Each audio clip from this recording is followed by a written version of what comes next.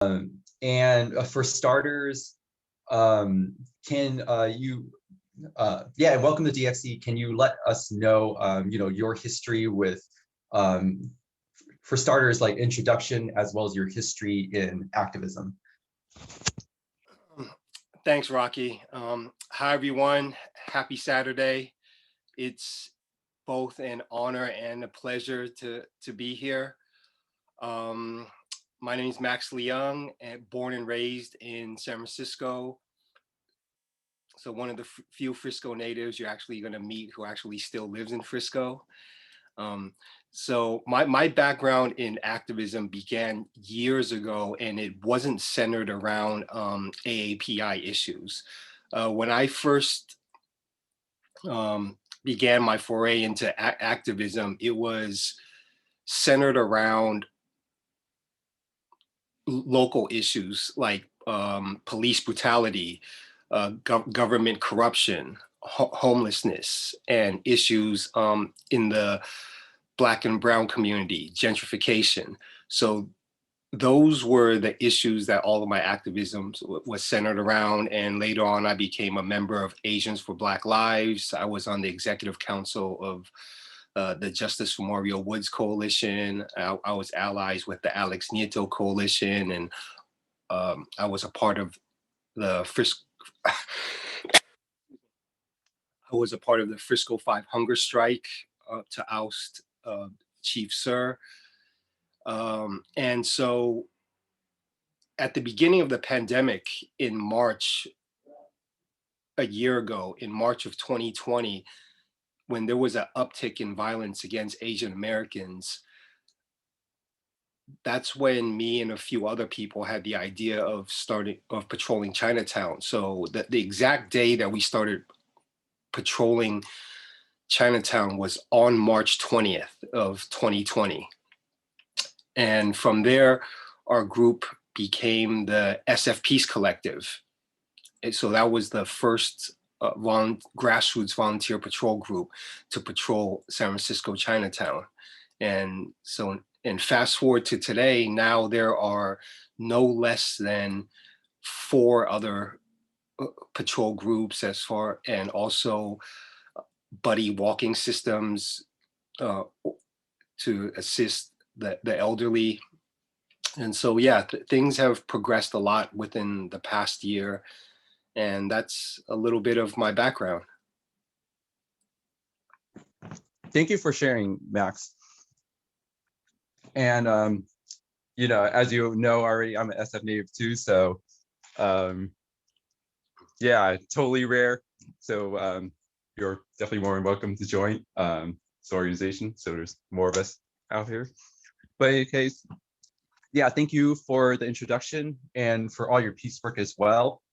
And you mentioned that, with the uptick in anti-Asian racism and violence, there has to be like this response where we form patrol groups and other things to address these issues.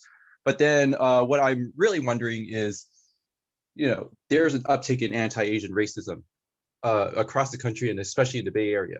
Like, how did we get here? What is the history of, the marginalization of the Asian American and Pacific Islander community, where we are seeing the violence that we are seeing today?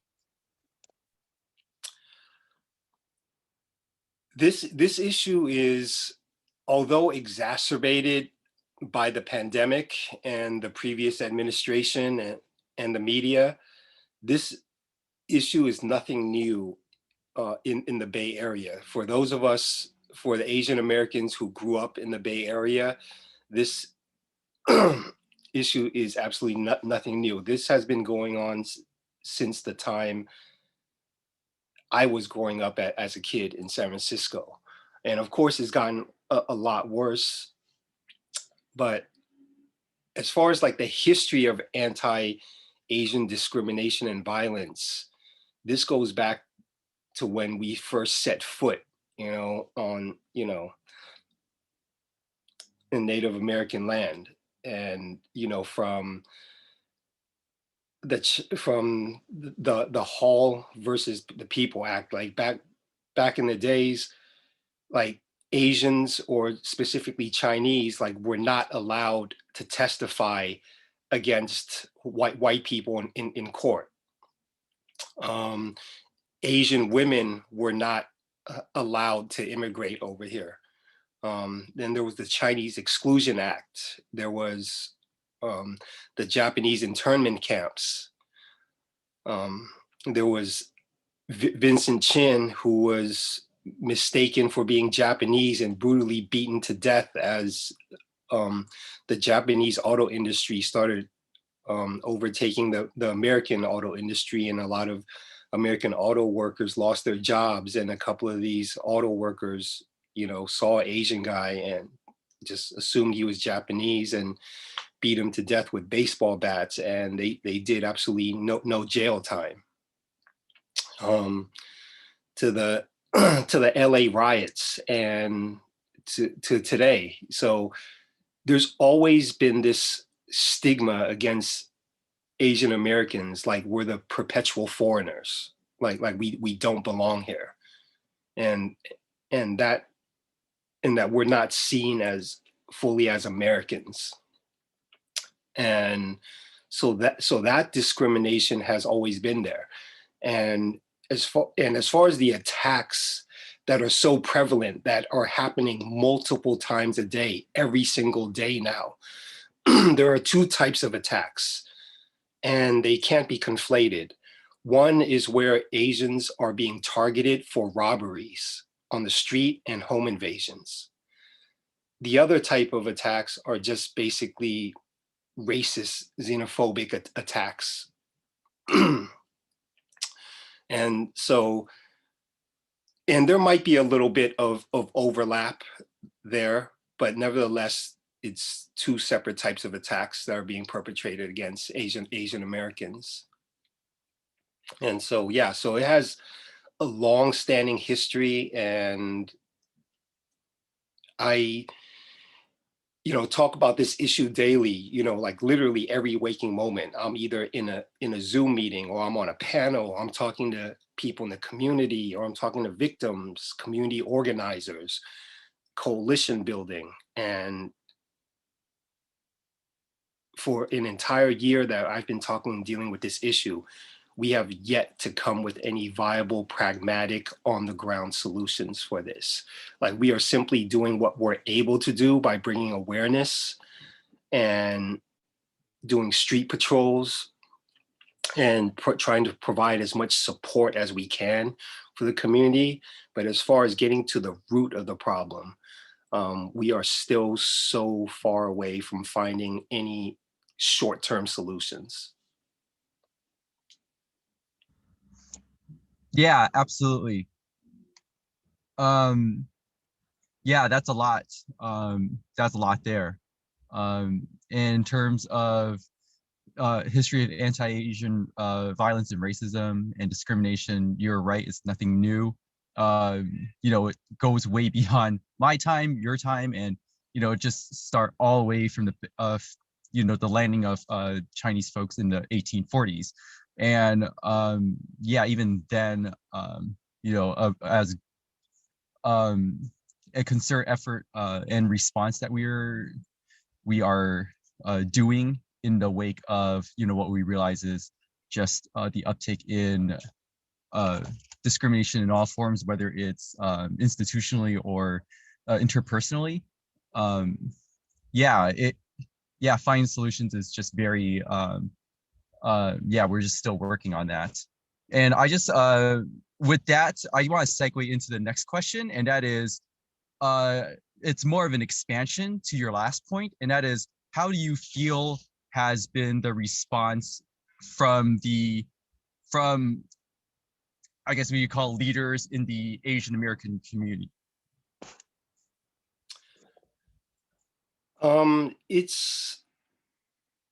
It's interesting because now we're getting into politics, because leaders in the AAPI community, you know, and as with everybody else with this issue, me trying to be one of the exceptions and trying to be as apolitical as possible with this, this issue has also divided. It has galvanized the AAPI community, but it's also created a division, or at least it's brought the division to surface, because on one side you have the leaders who are a little bit more moderate, and on the other side you have the very, very progressive and liberal leaders. And so the moderates want more policing, stricter and tougher laws. The liberals and progressives want are about defunding, about abolishment of the system. And so they can't agree on that. And if you wanted to talk specifically about San Francisco, there's the policing issue and also the issue about the DA. Once again, the population who wants stricter and tougher laws and more policing are opposed to the DA. The liberals and progressives who are anti-police, they support the DA. So this is an issue that has, very much, has been brought to the surface, as a result of, what's been happening. Mm-hmm. Yeah, that's yeah, it's really sort of unfortunate how this has brought up a lot of like tough conversations. And despite that, I'm glad that at least we're having these conversations. And yeah, it's definitely hope that with time that we do come to some sort of near consensus on what's the best path forward. But in the meantime, however, given while we are still trying to come to consensus on how to move forward, in the meantime, there are allies out there who really want to help. And with that, what, given the current circumstances and we are where we are at now, my last question before I just open it up to everyone else to ask is what can we do to support the AAPI community, and how can we be better allies? For those who want to be better allies, first and foremost, check up on your people, because right now it's a rough time right now for the AAPI community. Everybody is constantly afraid, feels alone, has a sense of is feeling anxiety and depression and just trauma from seeing all of these attacks happening on a daily basis. And it hits so close to home. Like, I have a personal friend who was attacked a few weeks ago. And so not knowing when and where these attacks can happen, we all feel like we can be targets at any given moment. We worry for ourselves, we worry for the safety of our friends, our families. And it really takes a heavy emotional toll. All of my Asian American friends and my family, like, we're constantly talking about this all of the time and trying to do what we can as far as providing support to one another, and trying to do as much self-care as we can. But nevertheless, once we step outside of our homes, we feel unsafe. And even at home, we feel unsafe because we never know when we might be targeted, for a home invasion. And so first and foremost, check up on people, give them the emotional and support that they need. Let them know that you're there for them. Spread awareness, volunteer for one of the patrols, or one of the buddy systems to walk with the elderly. Donate to the GoFundMes of the victims and their families, or different organizations who are doing the work, like stopaapihate.org. and show up for rallies and protests, just anything that's within your capacity, you know, to provide any type of support and showing solidarity is much appreciated. Yeah, absolutely. Thank you, Max. And these are all very helpful. I've joined these patrols as well as some other folks within the community, and I just feel that sense of solidarity. Although as always, we do better, and definitely checking up on each other, is essential as well, because it's just like a tough time for everyone. And I just want to move on to questions from the community. For those who want to ask a question, please put a star in the chat. Otherwise, if you want to just type in the question in the chat box, I could read it out to Max. And I will start with the first one, and it's coming from James. Their question is, can you cover the connection between exoticization and fetishization of AAPI women and these racist attacks? They've heard that 60% of the hate crimes against AAPI are against women. I mean, what happened in Atlanta is a perfect example of that, and speaks to that, where historically Asian women have been fetishized and exoticized, right? That Orientalism, right, if you will, and that goes back to the 1800s, when Chinese women were not allowed to immigrate here, and the ones who were here were basically all prostitutes. And so it stems from that, historically. And of course, like, through mainstream movies and mainstream media and Hollywood, and the way Asian women have always been portrayed in the media, as either like the lotus flower, or like either that or the dragon lady, and those are like the two Asian female tropes that have been portrayed in media. And so there definitely is a direct connection to the fetishization of and dehumanization of Asian American women, which has definitely contributed to Asian women being mainly the targets, and also because bullies are not usually don't pick on people their own size also. So the fact that most of these perpetrators are men, easier target, of course, is a woman. Like, for example, like I myself, like I personally, as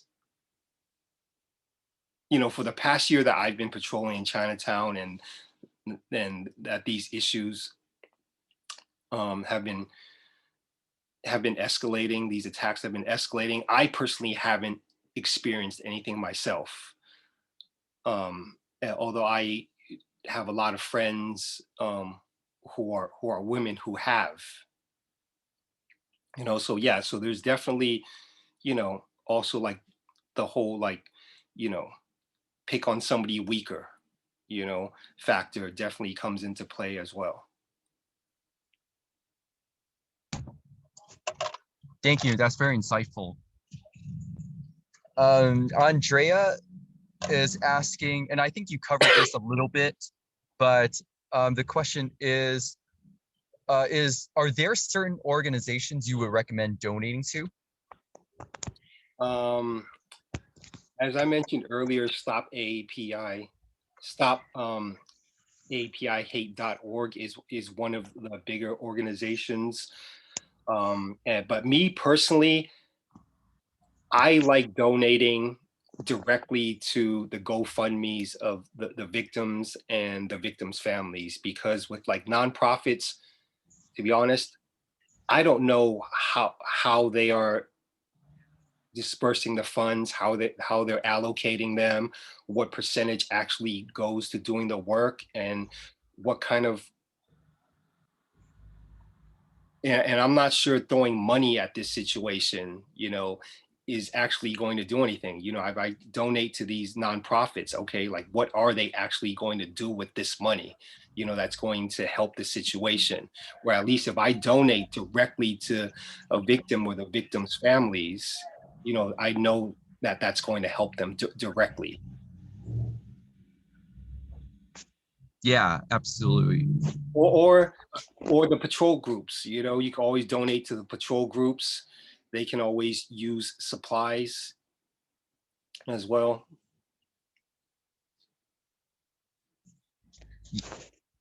Great, thank you.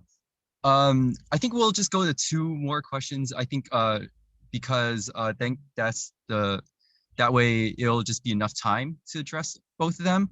But another question from Andrea is that I work at a school, and this week a student of mine of Vietnamese descent says she is fearful of returning to school as we switch to the hybrid model. Is there something you wish teachers knew, wish your teachers knew while you were in school, Max? And how would you have liked your teachers to support you? So that's the issue that I'm thinking a lot about, because I know that once school opens up and everybody goes back to school, it's going to be hell for the Asian students. I actually have a friend who works in the public school system, and this was an issue that he brought up to the schools and the administrators a year ago, but nobody listened, because he foresaw this coming. Now they're listening.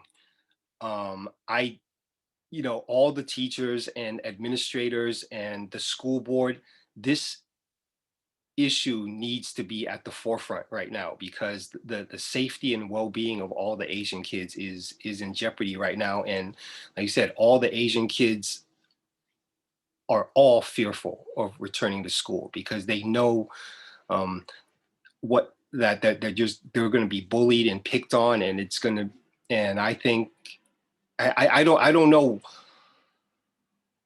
what the viable solution is to prevent that, other than for everybody, all the adults who work in the schools, to be very, very, very mindful that this is going to happen, and to not turn a blind eye or a deaf ear to it when this happens now. Because for me growing up, not only did I get bullied and picked on for being Asian, but I also experienced, I noticed that I was also discriminated against, by my own teachers at times.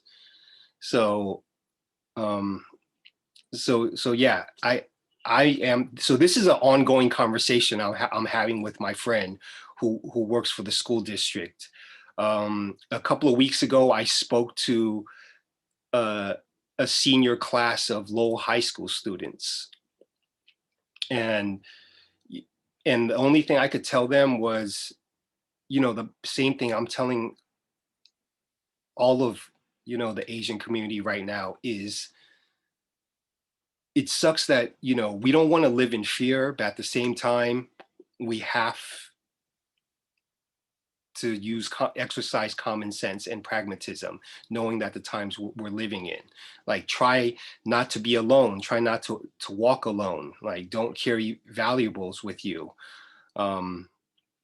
Utilize resources such as whatever mental health services are available at the schools for the students. And yeah, so this is an ongoing topic, and I can revisit this later on with you, Rocky, as as I continue to have discussions with my friend who works for the schools district. No, absolutely. I would love to hear more about it. And yeah, I've been thinking about this myself. Yeah, and I just can't imagine.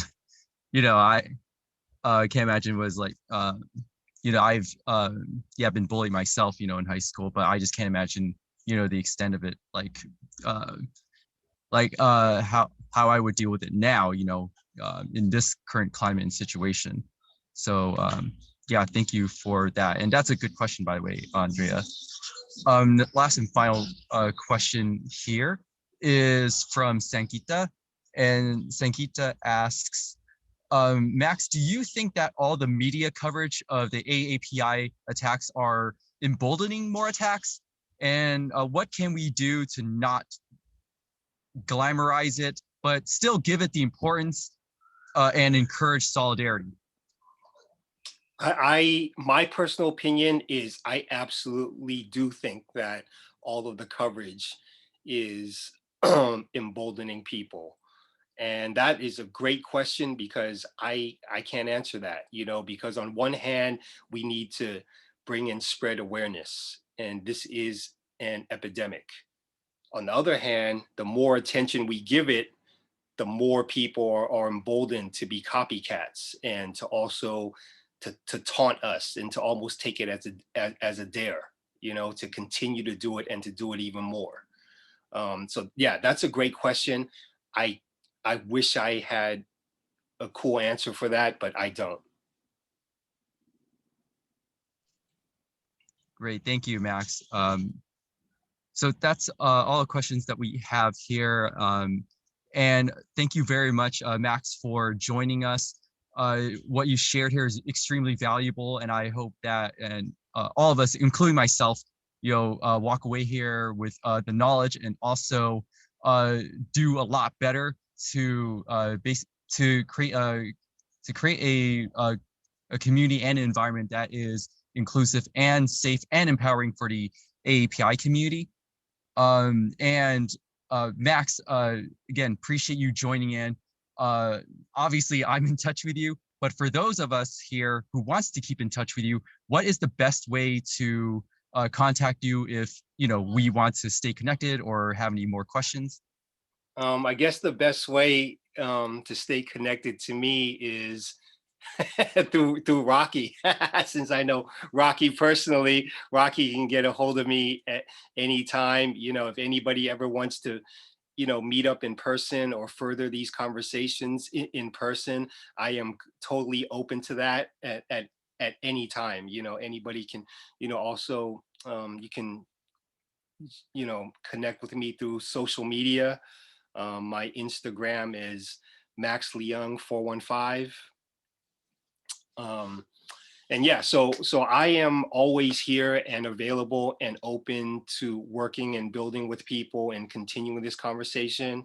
And I really, really, really appreciate this community because for those of you who don't know, like I've been a vegan for over 2 decades myself. So I really, really appreciate this community and the work that you are all doing.